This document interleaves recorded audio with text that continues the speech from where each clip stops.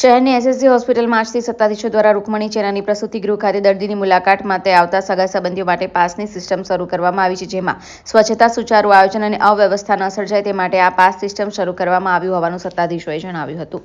SSG હોસ્પિટલના તબીબી અધિક્ષક ડોક્ટર રંજન અય્યરના જણાવ્યા મુજબ દાખલ દર્દી સાથે રહેનારા માટે લીલા કલરનું કાર્ડ આપવામાં આવશે. આ કાર્ડ ફક્ત એક સગા જે દર્દી સાથે રહેશે તેના માટે માન્ય રહેશે. આ સાથે દાખલ દર્દીને મળવા આવનારા સગા સંબંધી માટે પીળા રંગનું કાર્ડ આપવામાં આવશે, જે કાર્ડ ફક્ત એક મુલાકાતીને મુલાકાતના સમયે માન્ય ગણાશે.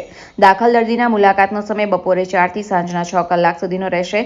સિક્યુરિટી દ્વારાની પ્રસૂતિ ગૃહના પ્રવેશ દ્વાર પર કાર્ડ વગર કોઈપણ વ્યક્તિને પ્રવેશ અપાશે નહીં.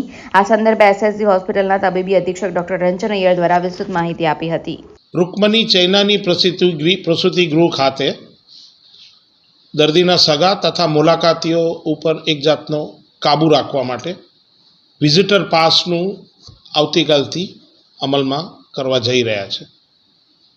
લીલા કલરનો પાસ દરેક દર્દી સાથે આવતા એક સગાને મળશે તથા પીળા કલરનો પાસ દર્દીના મુલાકાત માટે આવતા સગાઓને મળશે.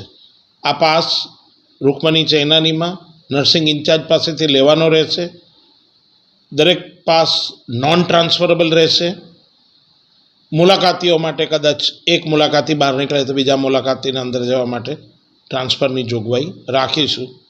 પ્રાયોગિક ધોરણે હાલ રૂકમણી ચૈનાની બિલ્ડિંગ માટે આ વિઝિટર પાસની યોજના અમલમાં મૂકવા જઈ રહ્યા છે. ધીરે ધીરે એસએસજી હોસ્પિટલના સમગ્ર બિલ્ડિંગ માટે સગા અને મુલાકાતીઓનો પ્રવાહ રોકવા, હોસ્પિટલની સ્વચ્છતા જાળવવા, હોસ્પિટલની સિક્યુરિટી વધારવા તથા હાઇજિનિક સ્ટાન્ડર્ડ્સ હોસ્પિટલની અંદર સુધારવા માટેનો આ એક અમારો પ્રયાસ છે.